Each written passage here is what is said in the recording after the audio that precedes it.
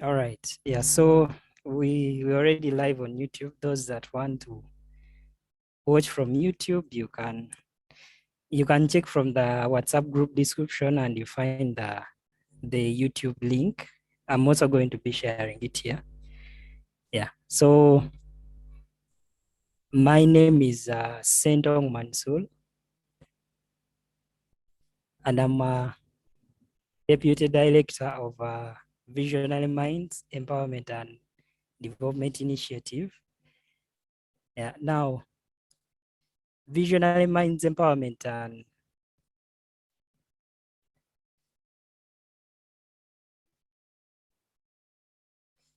Visionary Minds Empowerment and Development Initiative is a non-profit organization which has the objective of accelerating women's productivity and participation in science, technology, engineering, and construction. But we don't only look at women only. That's why programs like this are open to everyone. Yeah, whether you're a girl or you're a boy.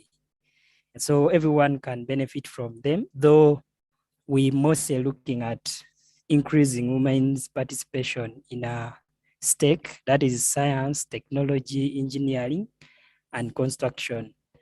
Yeah, we've done some projects like we had Bootcamp phase 1, and that one we covered Microsoft Office, that is Word, Excel, Access, and PowerPoint. Then now we've reached on phase 2, and we're going to be covering front end website development skills. Then we're also running another campaign, and this one is going to go on forever, and it's called Donated Device, where we get all the computers and tablets, even phones, any device that can be used. Then we repair them and we donate them to the learners, mostly the learners that are attending to this bootcamp. Yeah. So even you may be having like maybe 2 laptops and one you see that you can give it out. Yeah, you can give it to us. We ensure that it is working very well, then we donate it to the other people that can find use of it. Yeah. So our offices are located in Vulange Zone B, opposite KCM International. Yeah, in Mengo. And for now, we team of 4 people. That is the executive director, that is Mr. Alam Teddy. Then I'm the deputy director. Then our secretary, that is Namirembe Patricia Cheune, and the treasurer, Chairman Ruth. Yeah, so right now we're going to have a few words from our executive director, then we go straight to the boot camp or why we are here. So are you there? Yes, Okay, hello. Can you hear me? Yeah. Yes, we can hear you. So hello everyone. I hope all of you can hear me. If you don't, just send a message in the group and say I can't hear you. But yes, first and foremost, I want to take this opportunity to welcome all of you who have taken the initiative and the time and the passion to actually join this program. Fortunately, it's not for any, there are no costs of joining or leaving. So it's up to you to have the self-drive if you really want this. For us, we want you to have the opportunity and the chance to learn things right now, especially when the schools are a little bit unsettled about opening and closing. So sometimes you would want to have a skill that you can just sit home in front of your laptop and let's say design a website, something very simple.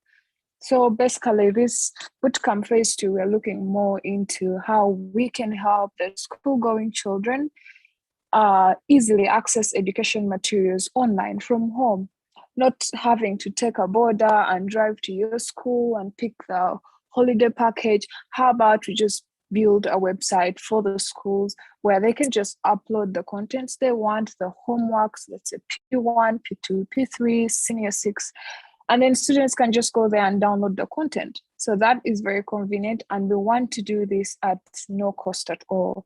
The organization will be hosting all the websites. And in the long run, we're working on partnering with schools and then the education ministries that are going to be helping with this. So this is, if you want to develop this, to learn this for your own benefit, you're in the right place. If you want to learn this to become a change, you're in the right place. If you want to learn this to make a living out of it, you're in the right place. We welcome everyone. And I'm not going to say much because I want us to go straight to the content. Even I am excited. So I'll take this opportunity once again to say thank you. Stick on this, do it. I understand you're having issues with connection sometimes, but luckily the videos and the whole lecture will be on the YouTube recorded live, and then you can always go and get anytime you could.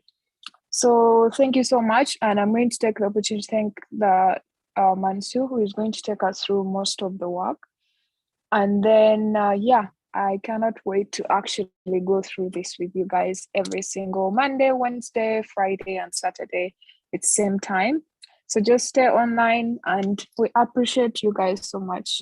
You guys make the program move forward. So let's head straight to it. Me, I'm always here. Thank you. Okay, thank you so much for that. Yeah, so we are not going to go into like everybody introducing themselves, because we have limited time here. We don't want to spend a lot of time, it being night, and we want to have it when it's not interrupting your programs. Yeah, so we shall always be having it for just around between 1 hour or 1 hour and 30 minutes. Yeah, so hope you can all see this screen. Anyone to confirm? Yes, I see it. Yes, I can see your screen. All right, thank you. Yeah, so in this bootcamp, this is what we're going to be covering. We're going to be looking at front-end website development skills. Yeah, the skills that you need in order for you to develop a website, but mostly the front end. Yeah.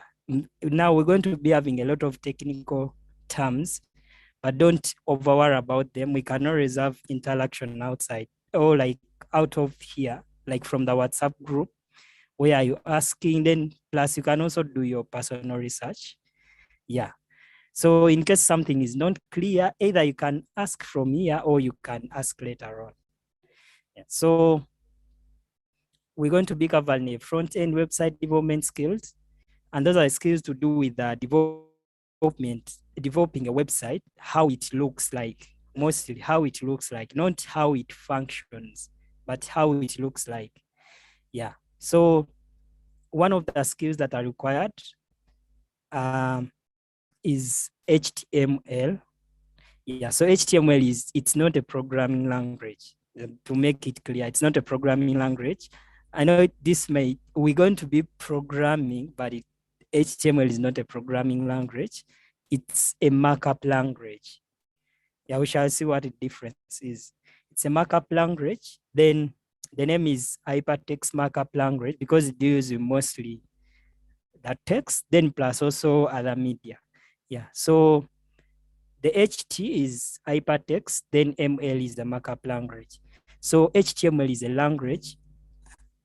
a markup language that helps a browser or tells a browser that please, this is displayed as a text, this is displayed as image, this is displayed as a video, yeah, like that. Then it doesn't get concerned over the beauty, like how should it maybe rotate, how should it increase when someone clicks on it. Yeah, it doesn't care about that. All it cares about is telling the browser, this is a text, this is a bolded text, this is an italicized text. Yeah, that's where it ends. But it is very important because each and every website, even if it is very complicated, like maybe Google search or Gmail or YouTube, they are all developed with not only HTML, but HTML has to be there because without it, you can't have a website. So it's like the skeleton of a website. Yeah. Then we have another language that mostly worries about the beauty of the beauty of the elements that have been displayed by that website. And that one is called CSS, or in full, it is cascading style sheet. Yeah, so as HTML is saying, please, this is a bolded text. CSS can come in and say, whenever someone maybe tries to move a mouse or a cursor onto that word, please change its color to this color, or please increase it, or please rotate it. So CSS is the one that looks at the beauty of the website. Yeah, maybe now these days we mostly use phones to access the internet. So it is CSS that tells the website, that tells the browser that if someone is viewing with the phone, please reduce on maybe the size of the image, please reduce on the font size of the text so that they can view it clear on the phone. Yeah, so that is CSS. Then we have Bootstrap. So Bootstrap is it's a framework. Yeah, it's a framework, but it was written in CSS. So when you learn CSS very well, then that's when you can dive into Bootstrap. Now you may ask, why would you, okay, someone is saying they can't hear anything. Anyone to confirm that you're hearing everything? Because someone is concerned that they can't hear anything. Maybe a problem is from their side. Everything sounds clear. Okay, thank you. Innocent, maybe your network, I don't know. You try to fix it around. Yeah, I can now hear you. I think the problem was with my phone. Thank you. Oh, okay, you're welcome. Yeah, so Bootstrap is a framework that was developed in CSS. Now you may ask, why would I want to use a framework? Yeah, so when you've learned how to use CSS very well, and you reach into maybe production of websites, where you're developing websites for big organization, it reach a time when someone is going to give you work and they need it in 2 or 3 days. Yeah, so with that, you don't need to code everything from the start. Good enough you understand how everything is laid out. So you need to start from someone's code. So Bootstrap is kind of like a laid out framework that has worried about everything. And for you, you just have to pick that. I want that button. I just want this button. So the buttons have already been designed for you and you just add them. The colors have already been like catered for you and you just add that color. But I don't recommend you going to that framework if you've not understood where it was developed from. So don't go to Bootstrap unless you understand CSS. Yeah, then another thing that we shall be looking at is called version control. Yeah, so this is kind of a technical term and very rare, but it comes that even if it's not programming, like you having a Word document, yeah, you may be having, for example, as you starting to write a report, yeah, you get started with maybe writing just the first page. Then you go on to add another page. Then you go on to add more chapters until you finish the report. Yeah, but there comes when you wanted the previous version. Like you want to, it's not that you want to go back, but you want to refer to the previous version, the way it was before it was modified. So with that, either you have to save multiple documents like report 1, report 1.1, report 1.2, like there you end up with a very many files and documents so that you can always refer to them. Now, what solves that is called version control. So with version control, you can remain with just one file, but you follow their rules and you can access any version that you want, even if the first version. Yeah, so as we developing websites, as we developing apps, as we developing systems, we always need that. Yeah, so there are very many version control systems, but we're going to be looking at the most prominent one, and it is called Git. Yeah, so take Git, it's just a name. It's just a name for a version control system. It caters about the different versions of the code you're writing. Then GitHub is a platform that uses Git. Yeah, so GitHub is just a platform. It's not version control. but it is a platform that uses Git as the version control. So with GitHub, we can store our code there and we make changes, and we can always refer to the previous versions of the code. Then another thing that we can do with GitHub is that we can put some files of a website there and everyone can access it. So that is called hosting. You can host static websites from there. You can also store your code from there. As long as you have an account on GitHub, you can store even if 1 GB or what. Then another thing that it is good at is if we are developing a website and we are in a team, which we're going to do here at the end of the day, because we're going to group you in like a team of three people. Yeah, in the last sessions, and you come up with a website. So it gives you that morale or the ability to work on the same website, like you 3 people, but everybody is accessing the same content from there, and you can modify and you can all see the effects that have been made. Yeah, so that means that we're going to be looking at 2 languages. Yeah, they are not programming languages. One is a markup language, and another one is a style sheet language. Then we look at one framework, then we look at version control. Now, the first week, we're going to cover HTML. Then another week, we cover CSS. Then the third week, we shall cover Bootstrap and Git plus GitHub. Then the very last week, that's when we shall develop the projects. And the project is going to be websites for the schools. The school you come from or any other school, that's what we're going to be developing. Yeah, so in case you have any questions, you can always send them to the chat. I may answer some of them here or later on in our WhatsApp group. Yeah, but you can always send them either on WhatsApp or here. Yeah, so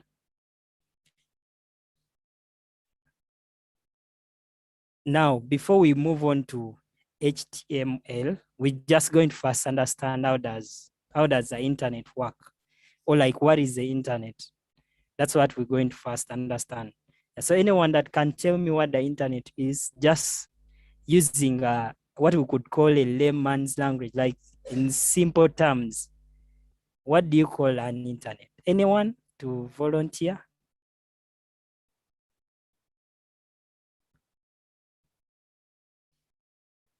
Anyone, or I can choose?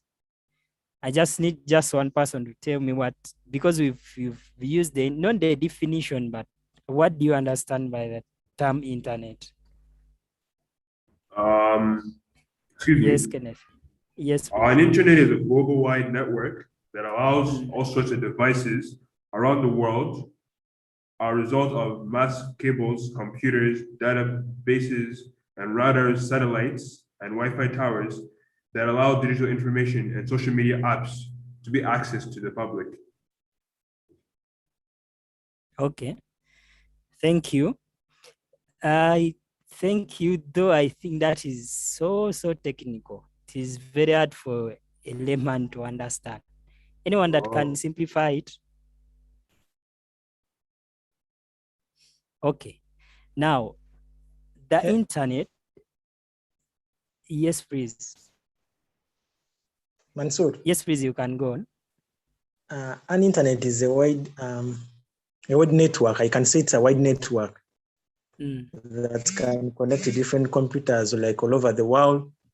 Yeah, and hello. That can use an internet. Yeah, simply that's how I can term it to be. Okay, thank you.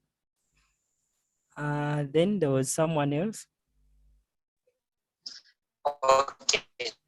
Hello? Yes, please, yet. Hello. Yes, please. Go on. It's like a global connection of networks all over the globe. Okay, thank you. That is at least simpler and easier to understand. Okay, thank you for all that have replied. Yeah, so you'll find very many definitions, as technical as they can, but all what it means that as you can connect different computers together and you make a network. So when you connect different computers together, you make a network. Maybe at your school, you see that some computers are interconnected together. So that is a network. Either it can be accessible only within the school, or it can be accessed even outside the school. Now, you find that even at your home, maybe you have two devices that are connected together. So that is also a network. So if you connect networks together, then that is the internet. So internet is like a network of networks. Yeah, so we know the networks also have devices. So as long as the devices are connected together, they form a network. Then when you connect those different networks together, that's how the internet came up. That's why it is global. Yeah, so it connects different networks together. That's how we can define the internet in very simple terms, but you can have as many technical terms or as many technical words that you can use to describe it. Yeah, so there comes that when people invented internet, they had to come up with like a standard that should be used while communication is being carried on. Yeah, so for example, as in normal terms, I'm going to be giving like examples in our normal lives, and you try to compare them with this that we're covering. Yeah, so here we have standards. Maybe someone wants to greet you and you meet together, and maybe someone gives you a hand. Yeah, so there you know that they want to greet you and using a handshake. Yeah, so that is kind of like a standard. So also IP, in full, it is internet protocol. So a protocol is like a set of rules, or take it as a standard. So internet, what governs the internet, or the people that invented internet, they came together, or even the new ones came on board, and they set certain standards that are supposed to be followed in order to manage the internet, or to ensure that the internet exists. Yeah, so that is IP. We're not going to go so much in detail of it. Yeah, I may say something that maybe you've never heard about, or you had more things about that. Yeah, so we're not going to go so much in detail. I just want to hit about it.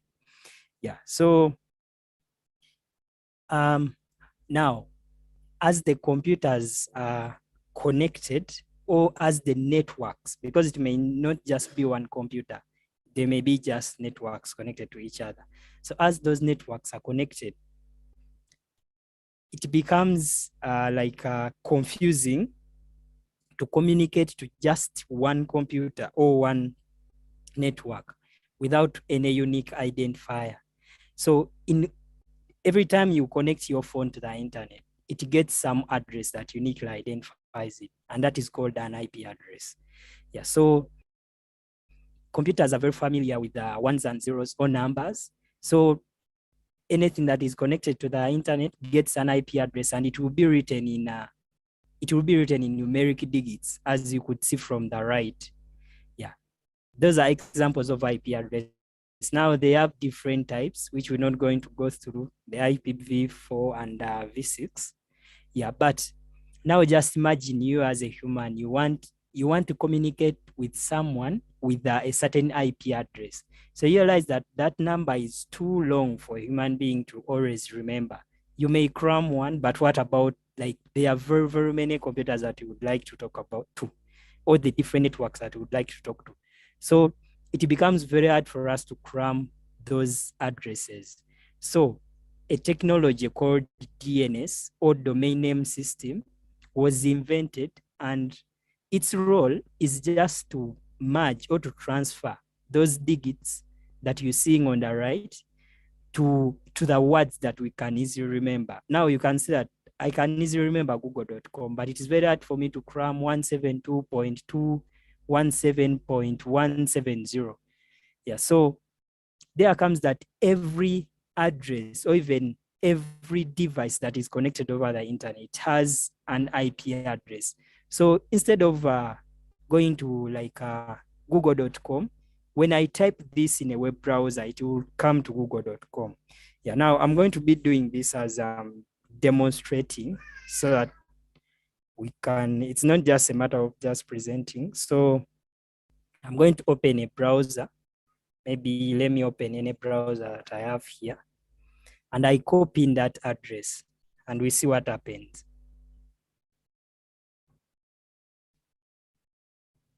Yeah, so you see what has happened? Can you all see this screen that has Microsoft Edge? Yes. Yes. Yeah, so you can see that I typed in the number, the numeric digit, but now it turned to google.com. So in the background, the technology that I talked about, that is the DNS, it has done the translation in the background. Yeah, so we don't always have to remember this, but just know the computers don't even know what google.com means. Like they don't understand. All they understand is the IP address. Yeah, so if we try another one, just once more.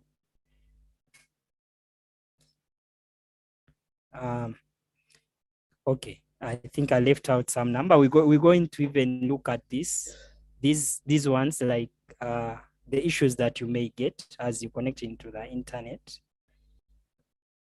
Yeah, let me try this one here.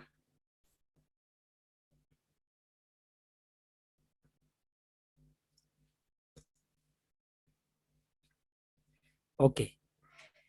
Yeah, so that is DNS and IP addresses.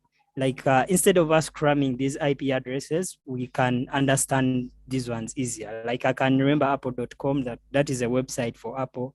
YouTube.com, that is a website for YouTube. Than me cramming or trying to remember all these digits. Yeah, so that is IP address. Now, apart from IP address, there are now like the communication, maybe the things that you've communicated. Like I want google.com to send me photos of, for example, of a Samsung phone or a Google Pixel phone. So that is called a request. Like I've sent a request to a certain server and it's going to deliver in networking, they are called packets, but take them as data. Or like in an envelope, you can send someone a request in an envelope, then they put what you've requested for and they send it back. Yeah, so those are called packets. Like the data which is being transferred is called packets. Now, as that one is being transferred, there is another protocol that governs it, and that is called HTTP. It's called Ipatex Transfer Protocol. Yeah, so there are very many protocols, but now I just wanted to bring out IP and HTTP. Yeah, so HTTP does a lot of things, but now we're just looking at it in terms of requests. Yeah, so as we've seen that internet is interconnection of different networks. So if one network is requesting for some information from another network or for certain data, yeah, if you go to social media, maybe you're on Facebook or you're on Twitter, when you visit someone's account, it means that you are sending a request to Twitter and they bring you, like you're telling them, please give me this person's profile photo or show me the tweets that they have made. Yeah, so those are called requests. They are called HTTP requests. Yeah, so when you request it, then you, the person that is requesting, you call the client, or you, the computer that is requesting. Remember, you, the human being, you are just using a device to request. So that device is taken as a client. Then the other one that is being requested from is called a server. Yeah, so it can turn the other way around, that also the other one can be requesting something from this other device, and now this one will act as the server. So every time one device asks for something from another device or from another server, yeah, that is called the HTTP request. Yeah, so we may not go so much in detail of that. Yeah, because we just want to know how the internet works. Then for us, we move on to our HTML. Now, as you're sending requests, there are different like codes that tends to come back to you. Yeah, so those codes indicate certain things. Now, before you go into these codes, I'm going to try to show you how could the request look like, or I'm going to try to request a page. Yeah, I'm going to try to request a page from a certain server. Then I look at the request. Yeah, let me demonstrate it here.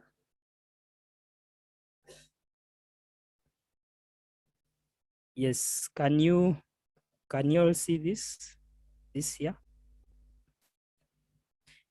All right, now Yes, I want to can. request a page called, this is the official page for Visionary Minds Empowerment and Development Initiative. It is vmed.org.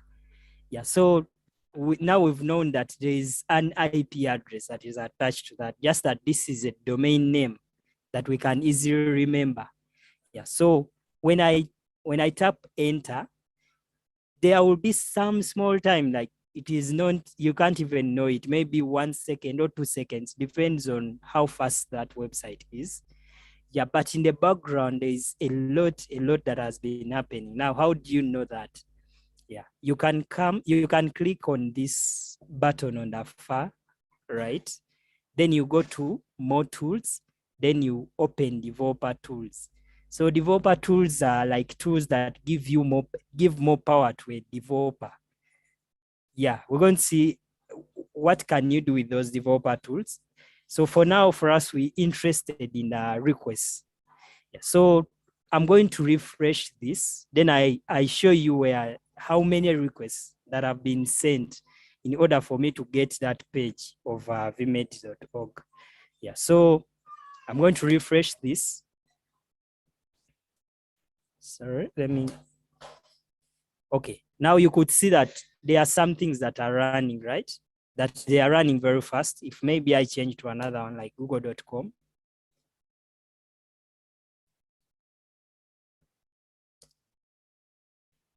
Yeah, you see that there is some information that is getting loaded, right? Yeah, let me do it again here. Yeah, so now these are developer tools. They have different tabs, which we may not go through, but now we're interested in the network tab. Yeah, so in the network tab, every time like a page is loaded, you see some information being loaded. Now, when you look here, down here, it is showing 19 requests. So in order for it to open that page that we've requested, that is google.com. Yeah, these are the number of requests that have happened. Now it depends on what you're requesting for, because now here, if I come here to google.com and maybe I request for smartphones, you see in the background when I press enter, you see that there is a lot of data that is being loaded, and when you try to maximize here, or when you try to look at here, it is showing you the different times that have been taken as it is releasing those pages. Then when you come down here, you can see that there are 66 requests that have been made just to produce the results. Which results? When I try to reduce this, you can see that here we've got certain results. Yeah, so that's how HTTP, like kind of in the nutshell, works. Then now the statuses, yeah, how can you find out the status? You see, oh, these are different like pages that have been done.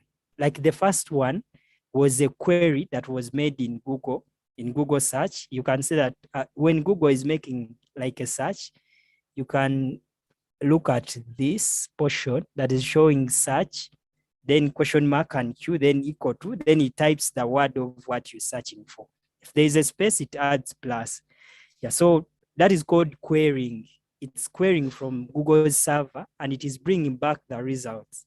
Yeah, so when it is bringing back the result, there is a lot of things that happens. Now, when we look at the first request that was returned, this one, when we clicked on search, then we come to headers. Yeah, the headers will show you like the HTTP, they are called HTTP headers, but they will show you what has happened when you requested that thing. Now, if we open the first one, like general, it will show us different information there, which we're not going to go into. Then there is what they call the request method is called get. Yeah, now there are different request methods like get and post. Yeah, but this one is a GET request. Like we wanted to get smartphones. That's why it's called GET request. Then there are different status codes. Now, status code 200 means that everything is okay. Like whatever you've requested for is available and it has been returned. That's what it means. Now, there are different status codes that I think you've come across over the internet, like 404, not found, 500 something, 300 something. They all mean certain things. And I'm sure most of the people have come across them. That's what it means. Like upon this request, if you get 200 or 200, okay, it means that everything was requested very well and it is here, it has been returned. If you get like 300, it means that whatever page you've requested for was moved to another page. Now, I happen to know one page that was moved to another page. Like it's called redirection. As you type in a certain page, it may redirect you to another page. So there, instead of getting 200, you're going to get 300. Like here, 300, 301. It means that that was redirected. If you want to know whether permanently or like temporarily, you can just click here, then you go to headers. So the first one we get in 301 means that there was some redirection. So I typed in rubaga.com, then it redirected me to rubag.com/WP. Yeah, so now you see when I reach on this one, now the status code turns back to 200. Yeah, so I just wanted to show you that quick demonstration, but that is how you can use developer tools. There are these ones, when you run out to develop websites, then you will find these ones easier for you. Now you don't have to worry about how they are being used. I just wanted to show you like HTTP request codes. Yeah, so now let's go back to our codes. So anyone that has ever come across like any code that shows like HTTP 400?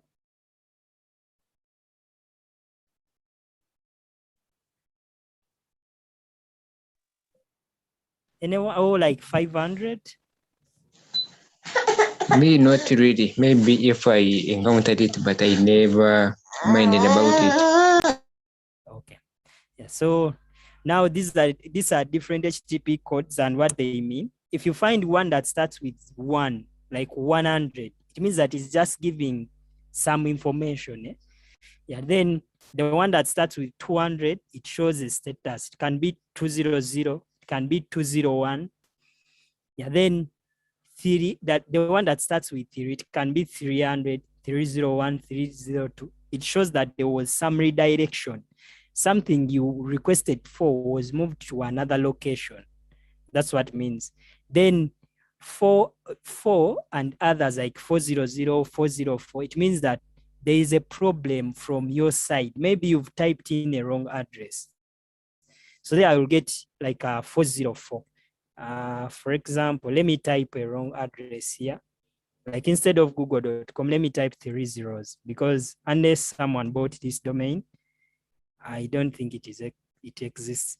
Okay, now Google bought it and it redirects you back to Google, to the right google.com. Like even if I type 3 zeros, Google has already bought it. But when we see here, it shows you that it was redirected, it was moved permanently to where? To this one. Yeah, now let me add another 0. Okay, let me just add like 2 random numbers. You're going to see that now I'm getting, let me refresh it again. Yeah, you see that here I'm getting like maybe there's a DNS problem.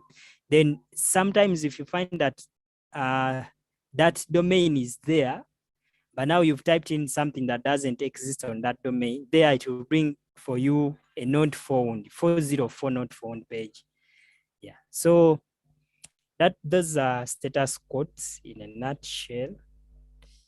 Yeah, then now we can move on to, okay, now like you're going to find different domains or like addresses on the internet, and they will look like this. Yeah, so the first one will be showing you the type of the HTTP. So it can be HTTP or HTTPS. The only difference is that HTTPS is for secure websites. By secure, I don't mean that they are not hacked. No, I mean that the data transfer between the server and the client, because now we understand who is the client and who is the server, that information is hidden or it is encrypted. So someone external can't see whatever is being transferred. They can see that some data is being transferred, but they can't know which kind of data.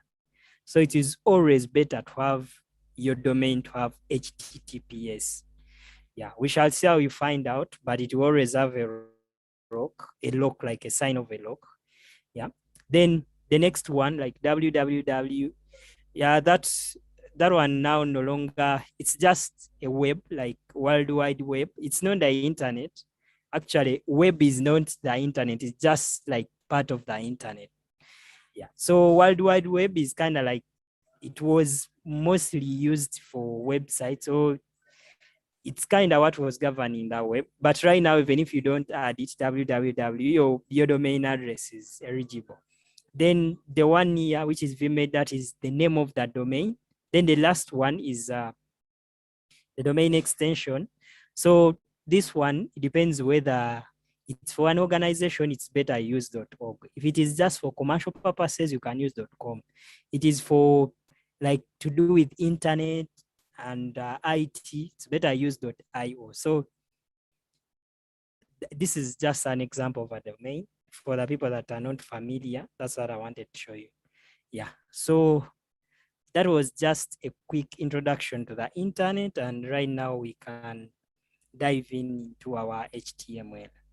So do we have any questions before we move on to HTML?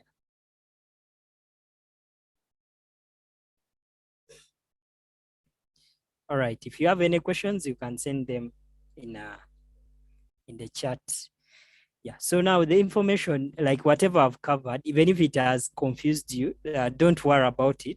It was just an introduction to internet, and there's a lot of information out there you can read. Yeah, so now just worry about this. This is our HTML. We're getting started with our HTML, hypertext markup language.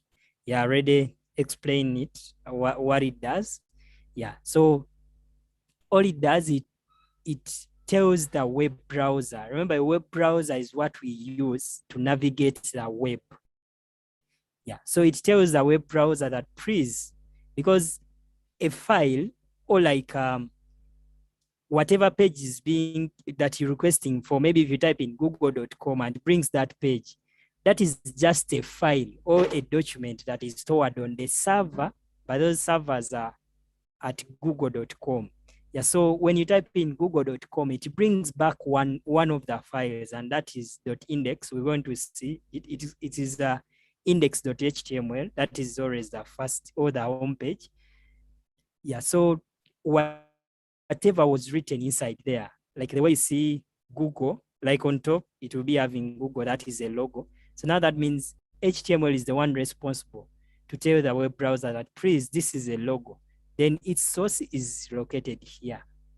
Yeah, then down there is where you type in. So it's like a text box. So it is HTML that tells the browser that here we have a text box, but it doesn't worry about how rounded it is. Yeah, it doesn't worry about that. So this is what we're going to be covering, HTML. Yeah, so yes, now how do you write HTML? So I'm going to go away from presentation mode because we're going to be using different programs. Now, in order for you to write HTML, you only need two things. Okay, you only need one, then another one is just to view whatever you've written. The first thing you need is called a text editor, where you write the code from. Yeah, now there are very many text editors, but guess what? You don't need to download any. If you're just learning, you don't need to download any other text editor. You have one which is already inbuilt, and it's called Notepad. Yeah, I believe even if you're using Windows XP, even if you're using Windows 7, 8, 10, you have Notepad. If you're using like Linux, there are also text editors there. If you're using Mac and using Mac OS, they are inbuilt text editors. Yeah, but for Windows that I think most people are using, you can always use Notepad. So you only need Notepad, then and any other web browser where you can see whatever you've written. So by web browser, I mean it can be Google Chrome, Microsoft Edge, or even Internet Explorer, Opera Mini. It can be Firefox. Yeah, so as long as you have Notepad and you have any web browser, then you're good to go. Yeah, so the Notepad is where we type the code from. Then a browser, let me use Edge here, is where we're going to view whatever we've written or whatever we've typed in. Yeah, so these are the two things that we need. Now, if you're learning from the phone, in the next session, on Wednesday, we shall demonstrate to you how you can program from the phone. Like how can you just use the phone and you try to run certain websites. Yeah, so now we have everything that we need. Notepad, then our web browser. Yeah, so how there happens to be rules as you're writing HTML. Yeah, so the rules are HTML is built on what they call HTML tags, and there are very many. Now, how do you write HTML tags? You write the open tag name in between those angled brackets here. Then you write the content in between. Yeah, we're going to look at the example already today. Then now you cross that tag by just adding this backslash, then the tag name. So this is what you should first understand. Yeah, they are called HTML tags. When it is full, that is an HTML element. Yeah, but HTML is built on tags. Yeah, for example, if I want a bolded text,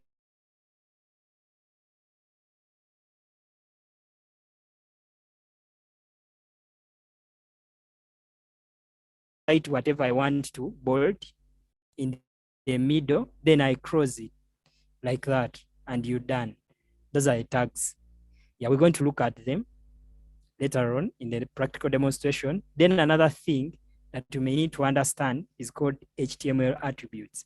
So it happens that a tag can be there, but it needs more information. For example, you have a tag that shows an image. Yeah, you need more information of where is the location of the image, which size is it, yeah, what is its height, what is its width. Yeah, so those are called attributes. They give more information to the tag on how to display that particular content. Yeah, so we're not saying it gives the beauty or like it makes it, yeah, we said CSS is the one that worries about the beauty, but this one gives more information to the tag about the content. How is it written? Just look at what is bolded here. You write the attribute name, then is equal to, and the value in the middle. Yeah, then you know you already have these two tags. Now, for example, if I have an HTML tag, which we're going to look at today, what it means, then it has an attribute called lang, and that is a language. It shows that this page is written in language, then is equal to en, when you follow the rules, means English. So this is an attribute, this one here. Yeah, so those are HTML tags and HTML attributes. Yeah, if you've not got it, we're going to do a demonstration. You'll understand it, not worry. Then as we write in the HTML document or file, this is how it is structured. On top, you have what they call a document declaration, and that tag will always show it will show the type of HTML or the version of HTML that you're using. So we're going to be using HTML5. It is the latest version, and it has been there for so long. It has just been updated. Yeah, it has just been being updated over time, but it has been there for so long. Yes, so we shall always have this tag, and it doesn't need to be crossed. You always see it on top. Then from there, we have a tag that shows that this is an HTML document, and that is the HTML tag. So we have to open HTML tag, then we close it. So whatever we're writing is written between the HTML tag. Then from HTML tag, we have two parts that are further redistributed. That is the head tag, then also the body tag. Now within the head tag, that's where we put more information that may be required by a web browser in order to display our page. Then in the body, that's where I put the real body, or like the real content that we want to be displayed on the website. Then below the body, there I write as many tags as you want. Yeah, so let's just do it practically. Yeah, it can be hard for you to like visualize it. Yeah, but let's do it practically. All right, so now we said I need this text editor in order for me to write my code. So in order for me to write an HTML file, yeah, a website is a collection of many web pages. Sometimes it can be just one, but let's take that one of many web pages. So today we're just going to create just one web page. We're just going to create just one page. So it happens that always on the internet, the first, or like the page to be displayed to you whenever you visit any website is called index.html. So it is every time we write a website, we're going to always start with that. Yeah, so all you need is click on file, then go to save as. Here we want to save our web page, then go to where I want to save it. So I'm going to create a folder here and I call it website. Yeah, then save it with a .html. Now first change from text documents to all files, then type in index.html like that, then click on save. Yeah, so now if we go to if we come here to our file that we created, now you can see that I created it with a text editor, but now I can open it with a web browser. Yeah, so it depends on the default web browser that you have, but for now I'm going to open it with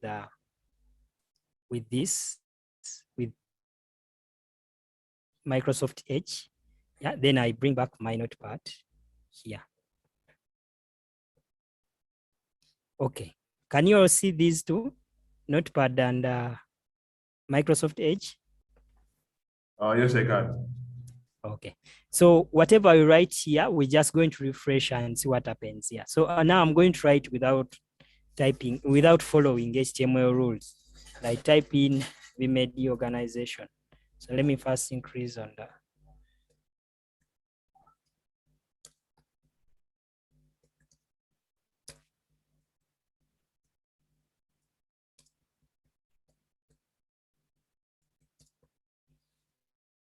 Yeah, so whichever I write, save. Click on file, then save, then come here and refresh. Yeah, so I think, okay. Are you seeing any difference between these? Who can tell me the difference?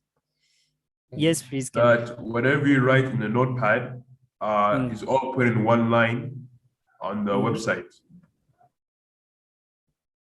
Okay.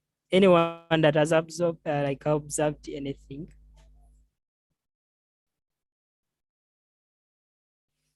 Okay, now like here, whichever I write here is going to appear on the web browser.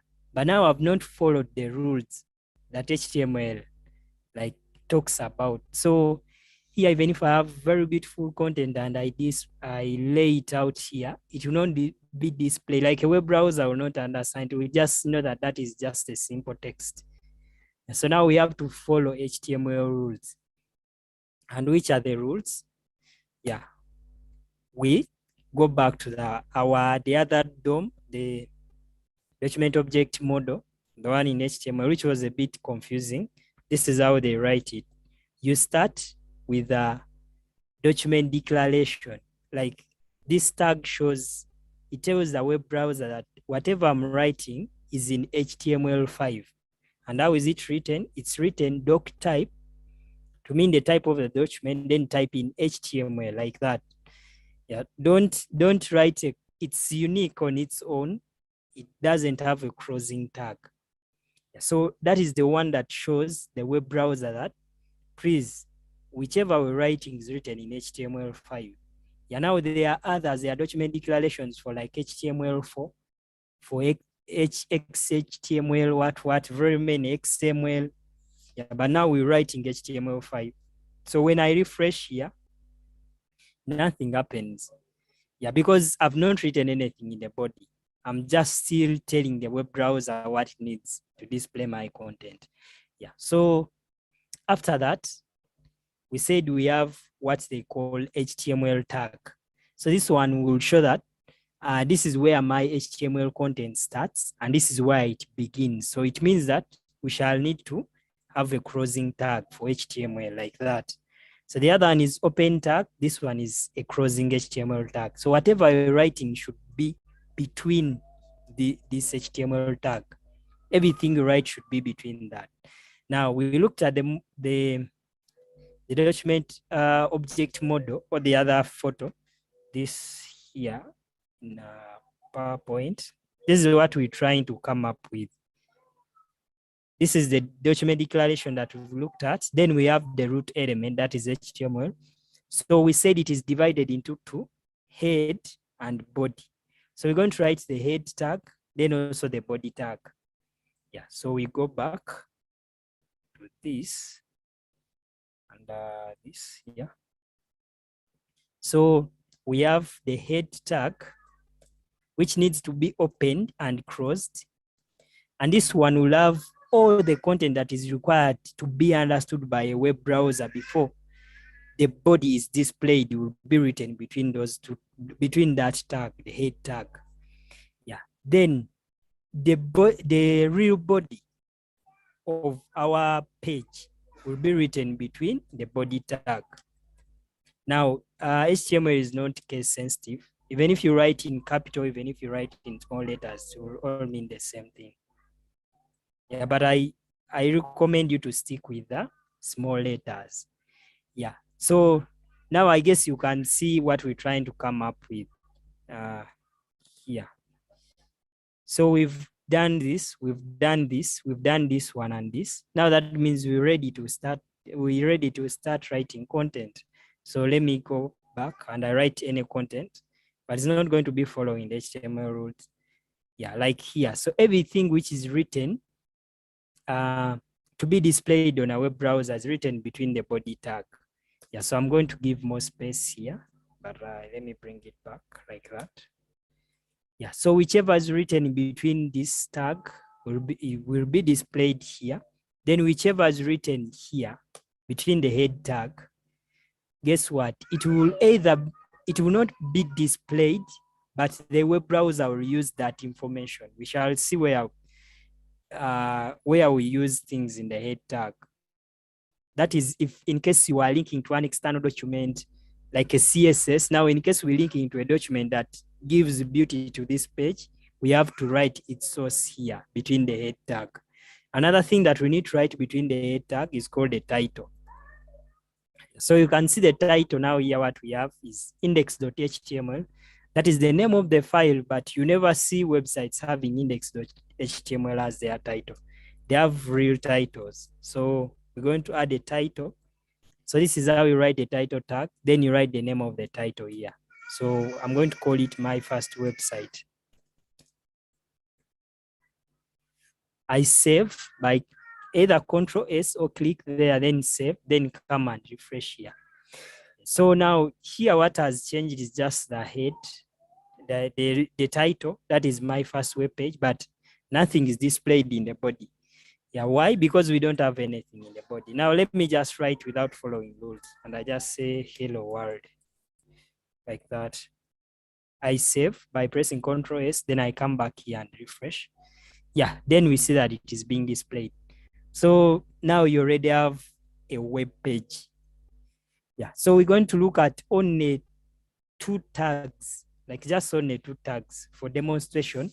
But for now, I want you to understand this, like as long as you can write this by yourself and you understand it, then you're going to find designing websites very easy for you. Yeah, understand this, because every page, even if it is very, very complicated, it has those tags. It is built between those tags. Maybe we can check with the most visited website. And that is the Google website, because it is a search engine. How do you see the code? You just right click, then you go to view page source. So this one will show you the code, like it will show you the code that was written in order to come up with the front of that google.com. Yeah, it looks very small when you visit it here, but it happens that there is a lot of code, not even in the background, but at the front, as you can see here, to ensure that functionality. But when you look closely, you can see that we have this, right? We also wrote it, this one, doc type HTML. Yeah, then again, they have HTML tag, this one. And then within it, there are attributes that mean certain things. Some of them are not international. Others are just made by Google for certain things. You can see the one of language is there, and it shows EN, then -UG to just the location. Yeah, so it's following the English, but in Uganda, because it can get the location from the computer that I'm using. Then you can see that they also have the head tag. Then there are different things that goes in the head tag. Then when you look for maybe title tag, if I could search, and I search for title, you can see that the title tag is there and the title is Google. So find there are very many things, but they also follow the same standards. And when you come down, like at the very end, okay, now this is mixed with JavaScript. I'm going to look for where HTML ends, so I can just search for it, HTML. Yeah, now you can see here the way it ends. You see the way it ends? It ends by closing the body and by closing HTML. Yeah, don't worry about the other codes. Like these ones will come in later. Don't worry about those. Yeah, so that's how, like, that's why this is very important, because even if you're building a very, very complex website, that's what it should include. Yeah, now we're going to look at very few tags. Like if I want to bold a text, I'll write B, then I write a text that I want to bold. Yeah, so I want to bold this text. Yeah, so that is the text I want to bold. Then I need to cross it. Why? If I don't cross it, the bold effect is also going to go to all the content that follows it before you bold. Yeah, so let me refresh here. So you could see that I'm getting my content VMEDI, but it now bolded. Now, if I need it to be just italicized,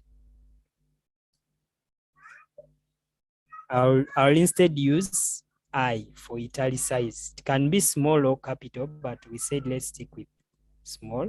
Save by controlling S, then refresh. So you can see that now I'm seeing it as this. Now you see that I'm writing them on 2 lines, but now here they are on 1 line. There happens to be a tag that can tell the HTML to break onto another line, like go on another line, and that is called the break tag, BR. Save and refresh, then you see that it's going down. Now, what if I want it to be bolded and again italicized, but without writing to, like, I just want one word to be bolded and italicized, like here. What do? I need 2 tags. That is the bold tag. Then I also need the italicized tag, I. But after writing the content, I cross the tag that was last opened. Now, like here, I opened bold, then I opened italicized. So I first cross italicized by using this. I first cross italic like that, then I cross bold. So when I refresh, you will see that now it is bold and it is italicized. Yeah, like that. Now, if I need to write a paragraph, I'll just use the P tag. I say this is a paragraph.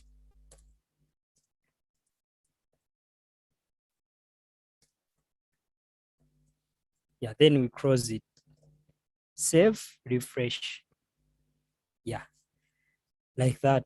So today we are going to end here, but ensure that you are at least on this page, because in the next phase, we're just going to start using as very many tags as possible.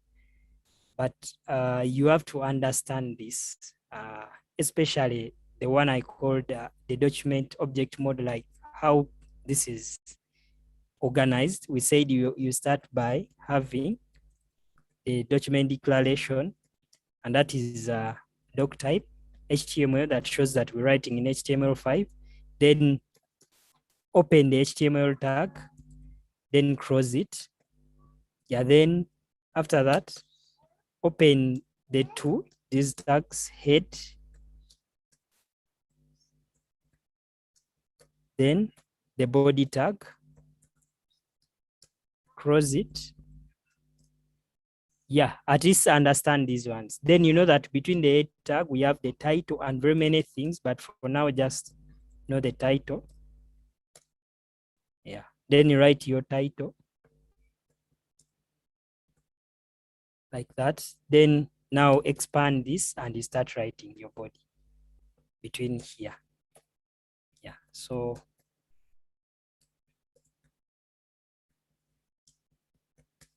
like that. Now the attributes, like the one we said of language, I can come here and I say lang is equal to EN, mean that it is English. Yeah, so there it will know that this is a website that is done in English. Now there are very many different things that we shall look at. Now, like here, I can say the background color of this website. This is an attribute in a body tag. Can say the background color is red. When I refresh, you can say that now it is turning red. When I change to maybe green, it's going to turn to green. Yeah, so that is what we're going, this is where we're going to stop today. I hope you've tried to pick something from there. By the time we come on Wednesday, at least you should also be able to come up with a very simple page like this. Yeah. So do we have any questions?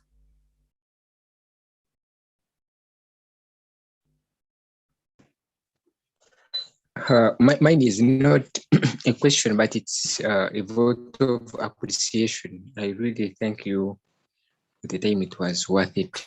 Thank you. Okay, you're welcome. And mine is a question. Yes, If please. there is a WhatsApp group, maybe you could drop a link and we'll see how to join. Oh, all right. Maybe okay, share your number in the chat. I'm going to add it in WhatsApp group. Just share your number here. Thank you. I've shared it. You have seen it? Yes, I've seen it. Thank you. You're welcome. Anyone else? I have a question. Is Bootstrap the same? Is it the same as JavaScript? No, Bootstrap is it's a framework. JavaScript is a language, is a programming language that is being used to give front-end interaction. Okay, not only front end, but it was mostly done for front-end interaction as you're interacting with the website. Bootstrap is a framework. Right now it has CSS and JavaScript, so they are not the same.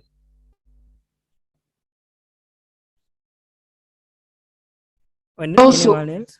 What is Git? Is it a programming language also? I tried to explain it. I don't know whether I joined late. You can always refer to the YouTube, the recording on the YouTube. Yeah, but it's a version control system. Like it just controls the different versions of the files, not on the website, but the files that we are having, you're having. Yeah, so a link has been shared here in the chat. You can join the WhatsApp group directly. Yeah, for those that have shared their numbers, if you can see that link, join in directly. Yes, so anyone? Okay, if we don't have any questions, let's just have just closing remarks from our executive director, then we shall call it a day.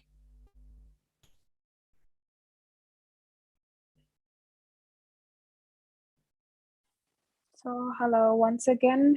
I hope you guys can hear me. Yes, we can hear you. Once again, thank you everyone for joining and being part. We do appreciate the number that has attended, and thank you, Mansu, for taking us through this, the introduction phase. It's been very productive and very effective. So for some of us who joined late and you missed some of the details, like we told you, luckily the recordings are on the YouTube channel. So you can just go and refresh your mind. We have gaps of a day between the next class, like today is Monday, you have Tuesday, then you join again on Wednesday. So you can use Tuesday to refresh, do some little practice so that the next time you come back, you can always know where we started and where we stopped. So this is for your own good. That's why we want to keep our classes there for everyone. Whether you go through it now or later, it's always going to be there. It's not going to be deleted. So thank you once again for being part of this. I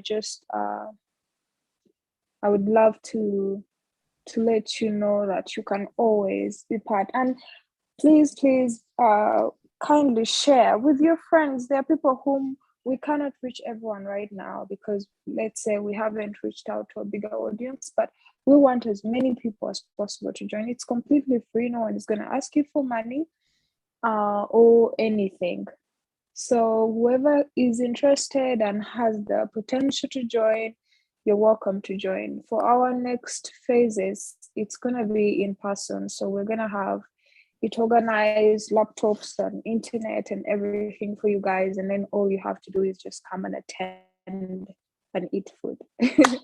So I think for now, we're going to go through it like this because of the lockdown situation and all that. But we have it planned bigger for you guys who would want to actually continue with this. Don't forget, it's non-profit. We're not making money, you're learning. That's how it works. So we just feel pleasured if we can give back to the society in the different ways, through the different partnerships we're building. That's why we are here. So please don't miss the Wednesday class and tell a friend to tell a friend.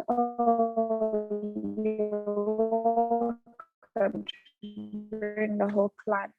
So some of us. So you all have a wonderful night, and I will take back the mic to Mansu.